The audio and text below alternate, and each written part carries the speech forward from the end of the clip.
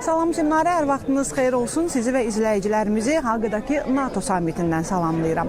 Amerika Birləşmiş Ştatlarının prezidenti Donald Trump və Türkiyə prezidenti Rəcəb Tayyip Ərdoğan da daxil olmaqla NATOya üzv ölkələrin liderlərinin iştirakı ilə bugün Haqda NATO'nun 36-cı liderlər sammiti rəsmi olaraq öz içinə başladı.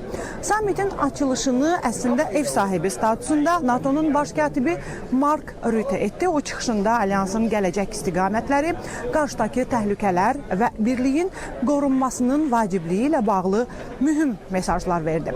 Rutte bildirdi ki, sülh yalnız güclü olmaqla mümkündür və təhlükəsizliyin təmin olunması üçün bizə sursat və bir daha çox sursat lazımdır.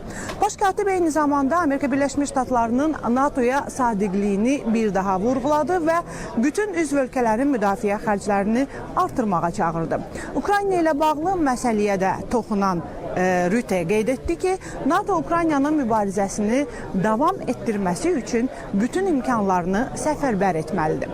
Rutte NATO daxilində birliyin gücləndirildiyini və bütün üzvlərin ortaq hədəflər ətrafında birləşdiyini də xüsusi olaraq vurğuladı. Haqda keçirilən bu sammitdə əsas müzakirə mövzuları aşağıdakılar olacaq. Müdafiə xərclərinin 5%-ə qədər artırılması təşəbbüsü, Ukraynaya davamlı dəstək və İran-İsrail gərginliyi fonunda regional sabitlik. Rusiya ilə bağlı da artan təhlükəsizlik çağırışları əslində bu dəfəki sammitin müzakirə mövzularından olacaq. Simnarə, sammitin ilk sessiyası artıq dediyim kimi başlayıb və biz də Haqda Realın Avropa bürosu olaraq sammiti izləyirik. Hələlik bu saata mənim çatdıracaqlarım ilk məlumatlar bunlardır.